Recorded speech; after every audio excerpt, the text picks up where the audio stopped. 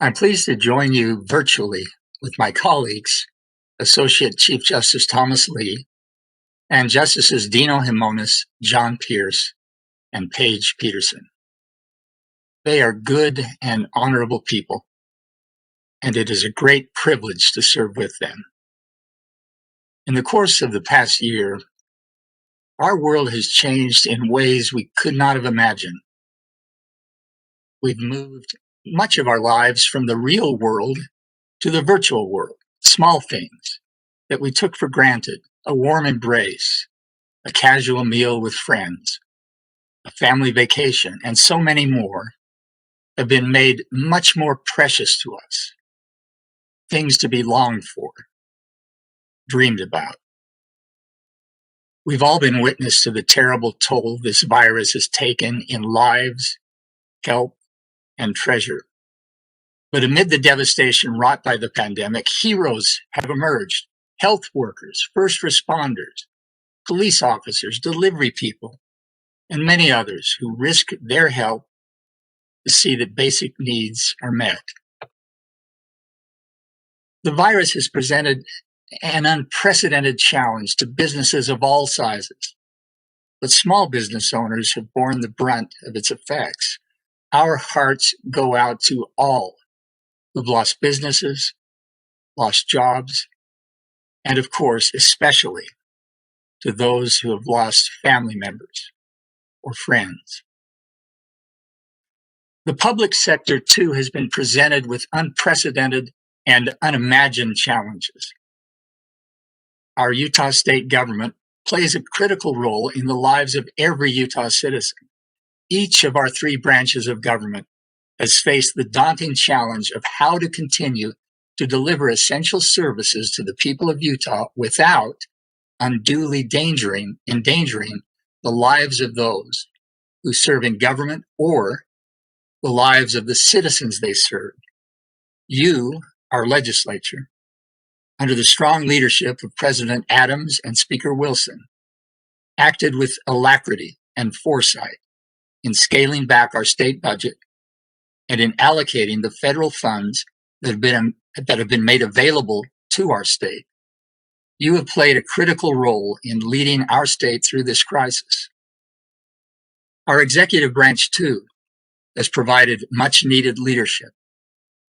Governor Herbert and now Governor Cox have faced daunting and difficult decisions, the kinds of decisions that will never leave everyone happy.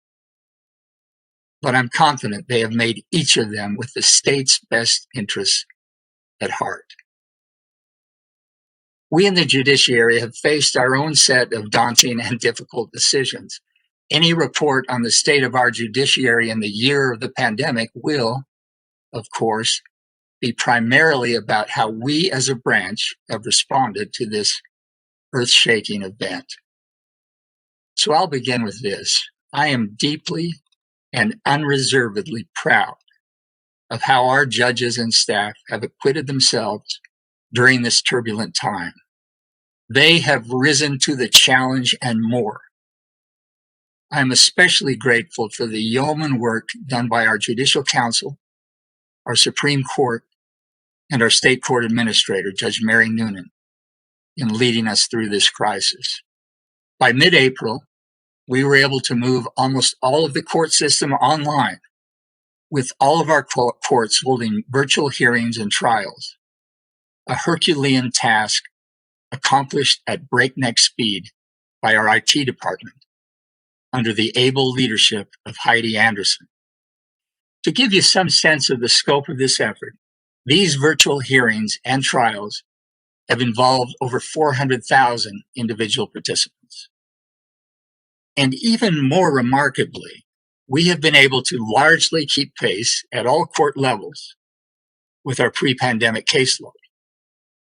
The appellate courts haven't missed a step, and our juvenile courts are functioning at nearly 100% of our pre-pandemic standard.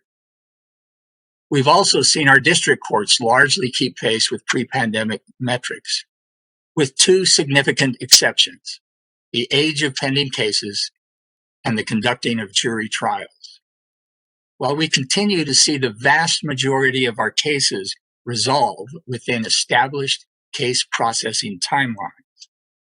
Those cases are taking longer to resolve, and we are setting dates that extend further into the future than was typical of our pre-pandemic calendaring practices. And more significantly, the inability to safely conduct jury trials, especially in criminal and tort cases, is creating a considerable backlog. This is a source of great concern to me and to our judges. We have held trials to the bench throughout the pandemic, but jury trials pose significant challenges not attendant to judge trials. On the one hand, individuals are constitutionally entitled to jury trials, and in criminal trials, their very freedom may be at stake. On the other hand, we as a court system have an obligation to ensure that the public and our employees are not put at undue risk. This obligation is heightened by the fact that we as judges have the power to force potential jurors to come to our courthouses, potentially putting themselves at risk of illness or even death. To provide some sense of the number of individuals involved, in fiscal year 2019, more than 42,000 people reported to courthouses across the state to be considered for jury service in the district courts. Sitting shoulder to shoulder for several hours during the jury selection process, over 2,900 of those individuals were ultimately selected and deliberated as jurors. Many of these people were members of vulnerable demographic groups. As an additional complicating factor, holding jury trials virtually presents technical and constitutional problems that are not presented by judge trials. Our Judicial Council continually monitors the state of the virus on a county-by-county basis. We have been working for some time in conjunction with the Chief Medical Officer and the Chief Epidemiologist at the University of Utah to find ways that we can safely resume jury trials. I want to publicly thank them for their assistance. I also want to thank the professionals at our State Department of Health and those working at local health departments all across Utah for providing us invaluable data and guidance.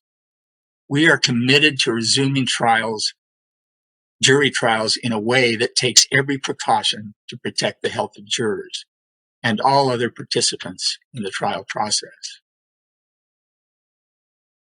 Now, as you might expect, in the year of the virus, the bulk of our budget requests are for investment in technology. As difficult as it has been to move a statewide court system from a real to a virtual environment, that transition will no doubt have long-term benefits for both the court and the public. During the last legislative session, you funded our IT requests. This funding was understandably reversed as part of the June special session budget reductions. We are now renewing our request for funds to hire additional IT developers, as well as funds to enhance our online court assistance program. We also seek funds to firm up our cybersecurity infrastructure and increase the network bandwidth in our rural courthouses. In addition to these technology funding requests, we are asking for funding for our new public outreach coordinator, something I'll speak about shortly. Funding to enable our judges to receive and consider information regarding out-of-state criminal history when making their bail decisions. Funding to assist in retaining and recruiting court commissioners. And funding to educate our employees so that they can take on leadership roles in the court system. Our requests amount to $1,935,000 in ongoing funding and $10,000 in one-time funding. We are always careful as a branch not to overreach in our budget requests. This is why we have limited our requests to only those that we believe truly justify the expenditure of sacred taxpayer funds. I hope you will see fit to fund these requests. During this past year, we have all had occasion to think deeply about the critical need for fairness in our society. I commend those responsible for preparing and supporting the Utah Compact on Racial Equity, Diversity, and Inclusion, which has been endorsed by many governmental and community leaders. The judiciary shares this commitment. We are devoted to ensuring that all who seek justice in our judicial system are treated with respect, fairness, and impartiality. We recognize that many Utahns are intimidated by the judicial process. In fact, many feel they have been left behind by government generally, and they lack confidence in governmental institutions. This is especially true of those from marginalized communities. Many worry they will be disadvantaged in the court system by their race, gender, socioeconomic status, or some combination of these or other factors. We feel a compelling need to communicate to those who feel they have been left behind by society that they will not be left behind by our court system. We want them to know that a court is a sanctuary, a place they can go to seek remedy for wrongs done them, to seek vindication of their rights, and to seek justice, a place where they will be on equal footing with every other Utah citizen, a place where they will find a judge who is committed to treating them with dignity and respect and to ensuring that their basic rights are protected. And those are the kinds of judges we have in Utah's judiciary. I believe that all of our judges are committed to discharging their duties in a fair and impartial way, devoid of bias. But we have come to understand as judges that bias can work its way into our decision-making, even at a subconscious level. We are, after all, the product of our own lived experiences and environments. We must have the humility as judges to acknowledge this and endeavor to identify any potential biases, even subliminal or implicit ones, so that we might root them out of our judgment process. The same is true for all employees of the judicial branch, from judicial assistants to juvenile probation officers to administrators. Each of us, no matter our position with the courts, must recognize the need to root out potential bias as we strive, consistent with our mission, to deliver an open, fair, efficient, and independent system for the advancement of justice under the law.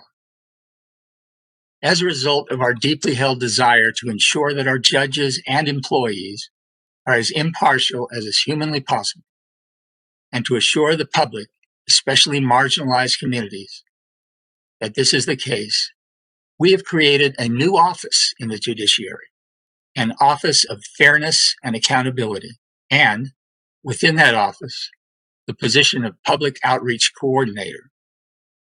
We, as a judicial branch, are committed to holding ourselves accountable and to reaching out to the public with a message that in Utah's court system, everyone will be treated with respect and dignity that is owed them as citizens and as human beings. Public trust is the currency of the judiciary. We are committed to being worthy of that trust. At this difficult time, many of our public institutions are viewed with suspicion and skepticism.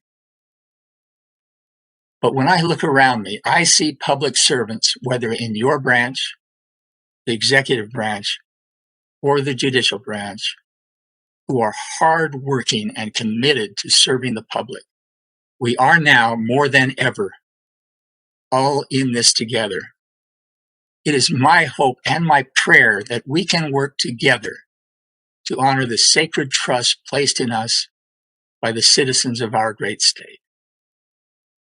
I wish you the very best in the important work you will do this session. Thank you for your dedicated service.